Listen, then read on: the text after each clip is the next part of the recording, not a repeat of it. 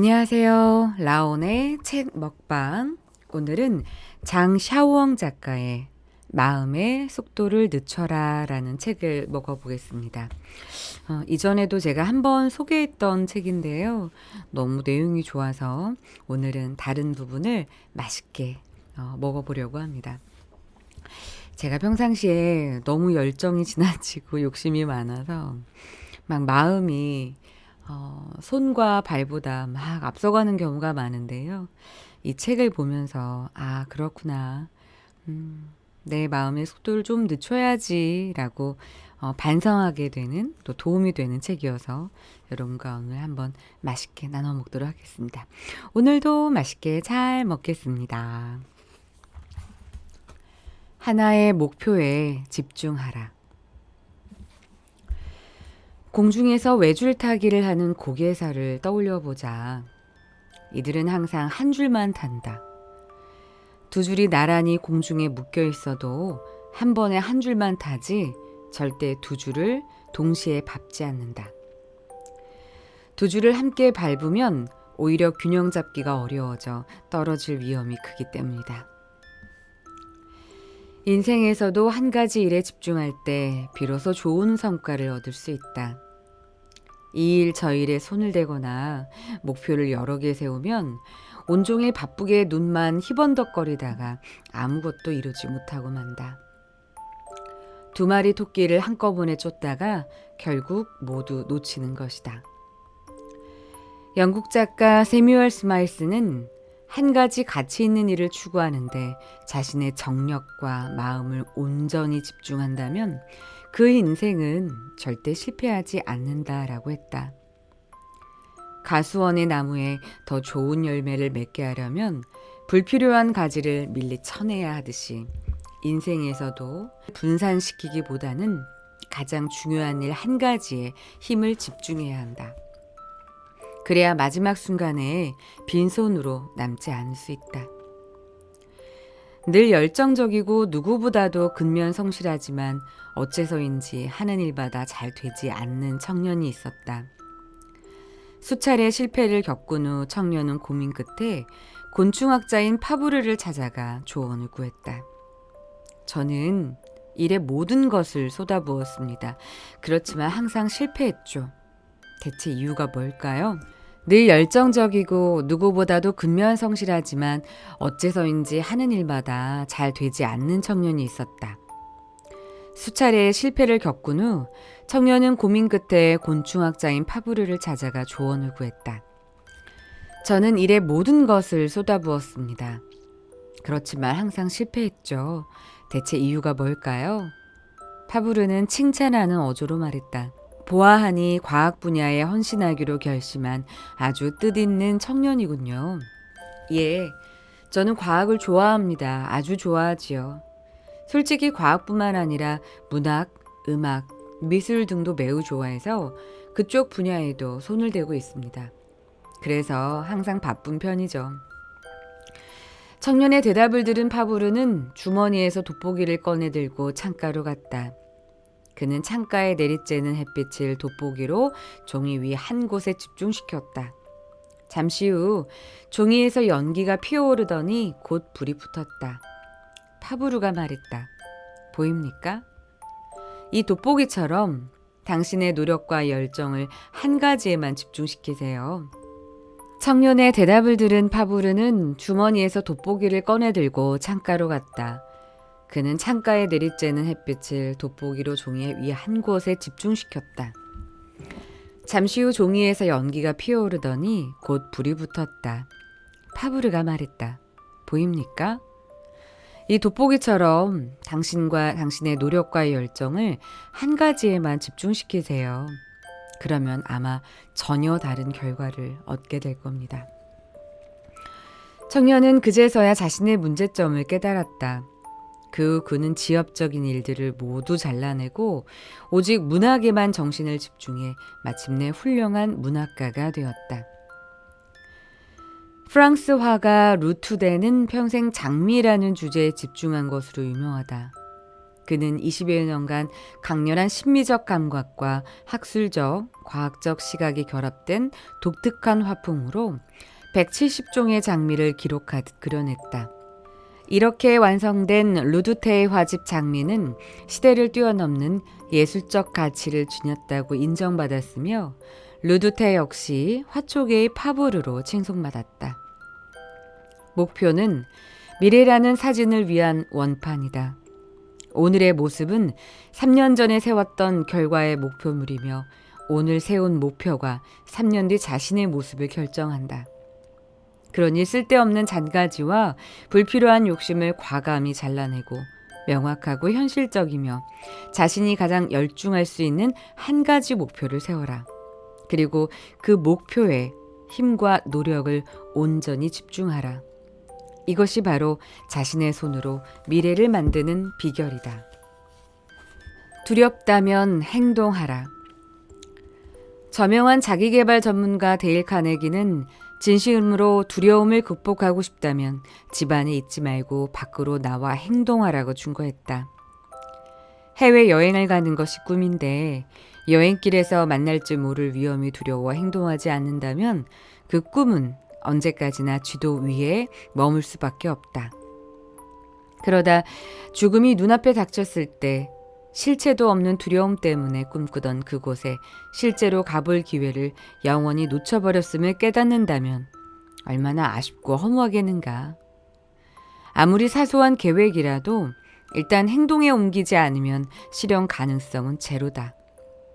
반딧불이가 날갯짓을 할 때만 비로소 빛을 발할 수 있는 것과 마찬가지다. 플랭클린 루스벨트 대통령의 재임 당시 미국 경제는 대공황 상태였다. 그야말로 온 나라가 두려움과 불안에 빠져 있었다. 나라의 경제를 살리기 위해 루스벨트는 뉴딜 정책을 시행하기로 했다. 새로운 정책의 순조로운 이행을 위해 불안한 민심을 안정시키려고 그는 난로가 다마라는 라디오 연설을 했다. 다음은 그 연설 중 일부다. 우리가 금융체제를 개혁할 때 화폐보다 중요하고 금보다 귀중한 것이 있습니다. 바로 국민 여러분의 믿음입니다. 우리의 새로운 정책이 성공하려면 무엇보다도 믿음과 용기가 필요합니다. 국민 여러분, 믿음을 가지십시오. 근거 없는 유언비어에 흔들리거나 놀라지 말고 모두 함께 뭉쳐서 두려움을 이겨나갑시다. 그리고 우리가 유일하게 두려워야 할 것은 두려움 그 자체입니다. 모호하고 경솔하며 아무런 근거도 없는 바로 그 두려움 말입니다. 루스벨트는 문제를 직시하고 과감한 조치를 위해 미국 경제를 위기에서 구해냈다. 그뿐만 아니라 미국을 반파시스트 전쟁에 참여하게 함으로써 제2차 세계대전을 승리로 이끌었다. 임종을 맞기 전 루스벨트는 이렇게 썼다. 내일의 목표를 실현하지 못하도록 가로막는 유일한 장애물은 바로 오늘의 두려움이다. 긍정적이고 강인한 믿음으로 모든 두려움을 이겨내자. 한나라의 대통령이자 개혁의 선구자였던 루스벨트는 임종하는 순간까지도 국민에게 두려움을 이겨낼 것을 강하게 권고했다. 두려움이라는 감정이 나라와 국민에게 얼마나 심각한 재난이 될지 알고 있었기 때문이다. 또한 두려움을 극복하고 승리를 쟁취할 유일한 수단이 바로 행동이라는 사실도 알았다. 행동하는 순간 실체 없이 부풀어졌던 두려움은 공기 빠진 풍선처럼 쪼그라들기 마련이다. 미국의 저명한 심리학자 윌리엄 제임스는 말했다. 원래의 자연스러운 즐거움을 잃어버렸을 때 이를 되찾는 가장 좋은 방법은 마치 늘 즐거웠던 것처럼 일어나서 말하고 행동하는 것이다. 만약 이 방법으로도 다시 즐거워지지 않는다면 다른 방도가 없다. 마찬가지로 용기가 필요하다고 생각되면 정말로 용기 있는 것처럼 행동하고 그 목표를 이루기 위해 최대한 의지를 북돋아라. 그러면 어느 순간 용기가 두려움을 대신할 것이다. 우리가 어떤 일을 해보기도 전에 두려워하는 까닭은 부정적인 면만 생각하기 때문이다. 그러나 모든 일에는 두 가지 면이 있다. 긍정적인 마음을 가질수록 두려움은 한층 가벼워진다. 또한 이렇게 생각하고 행동하는 것이 조금씩 습관이 되면 점차 자신감과 용기가 붙는다. 많이 행동할수록 두려움은 사라지고 자신감이 생기는 것이다. 한창 전쟁 중인 어느 나라, 적군의 전투기가 한바탕 폭격을 하고 지나간 뒤에 남은 것은 처참한 잔해뿐이었다. 사람들은 모두 엄청난 공포에 질려 아무것도 못한 채 눈물만 흘렸다. 그런데 그때 한 남자가 말없이 폐허에서 벽돌을 골라내어 한쪽에 쌓기 시작했다. 나중에 건물을 다시 지을 때 쓸 수 있도록 멀쩡한 벽돌을 따로 모은 것이다. 그 모습을 본 사람들은 하나둘 울음을 그치고 그 남자를 따라 벽돌을 줍기 시작했다. 두려움은 어떻게 극복하는가? 가장 좋은 방법은 용감하게 한 걸음을 내딛는 것이다. 행동하기 시작할 때 두려움은 그 자취를 감춘다. 느리게, 더 느리게. 알프스산 중턱에는 시원하게 뚫린 넓은 도로가 있다. 도로 양옆은 꽃과 나무로 가득하고 온갖 나비가 춤을 추는 등 멋진 풍경을 자랑한다. 그런데 이 도로에 천천히 가면서 즐겨보세요라고 적힌 표지판이 있다. 사람들이 얼마나 정신없이 지나가 버리면 이런 표지판이 다 등장했을까? 아마 목적지에 한시라도 빨리 도착하겠다는 일념으로 내달리느라 숨 막히도록 아름다운 절경이 바로 눈앞에 있는데도 보지 못하고 지나치는 것 아닐까. 인생은 편도 여행이다. 누군가는 비행기나 로켓을 타고 앞만 보고 달려간다. 기나긴 여행의 과정을 순간으로 압축해버리는 것이다. 잠시 쉬지도 않고 멈추지도 않고 달려간 여행의 끝에는 잠깐의 쾌감만 남는다. 어떤 사람은 마차를 타고 천천히, 심지어 두 발로 걸어서 산을 넘고 물을 건넌다. 그 여정에서 꽃과 새를 보고 나무와 곤충을 관찰하며 때로는 걸음을 멈추고 바람이 나뭇잎을 스치는 소리에 귀 기울이기도 한다. 생각하기에 따라 인생은 길고 또 살만하다. 조급한 마음을 버리고 천천히 걸으면서 앞만 바라보던 시선을 돌려 자신이 걸어온 길과 주변, 먼 곳의 풍경을 바라보는 여유를 가져보면 어떨까? 앞서 말했듯이 인생은 여행이지 단거리 경주가 아니다. 한 걸음 또 한 걸음 걸을 때마다 주변의 풍경을 즐기는 것이야말로 진정한 인생이다. 속도를 늦추고 느리게 걸으면서 주변을 돌아보자. 예전에는 무심코 지나쳤던 아름다움을 발견할 것이다. 책 주세요, 책. 네, 오늘 장샤웡 작가의 마음의 속도를 늦춰라 라는 책을 먹어봤습니다. 이 책을 보면서 이 책의 내용에 따라서 제 마음이 급해지기도 하고 또 천천히 해지기도 하는데요.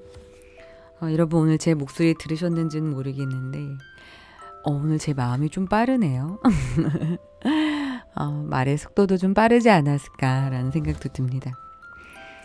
그렇죠. 인생은 단거리 경주가 아닌데 너무 최선을 항상 하면서 빠르게 달려가는 게 아닌가. 너무 그 속도에 익숙해져서 느린 거를 참지 못하는 단계에 왔죠. 하지만 이제는 조금씩 느리게 걷기에 대한 마음의 속도를 늦추는 방법도 공부하고 있고 또 제 스스로는 좀 많이 늦춰지지 않았나라는 그런 생각도 해봅니다. 여러분의 마음을 좀 느리게 가져보는 시간이 됐으면 좋겠습니다. 여러분 내용 좋았으면 구독, 좋아요, 댓글 꼭 남겨주시고요. 그리고 또 소개하고 싶은 좋은 책 있으면 말씀해 주세요. 제가 대신 낭독해 드리도록 하겠습니다. 오늘도 맛있게 잘 먹었습니다. 안녕.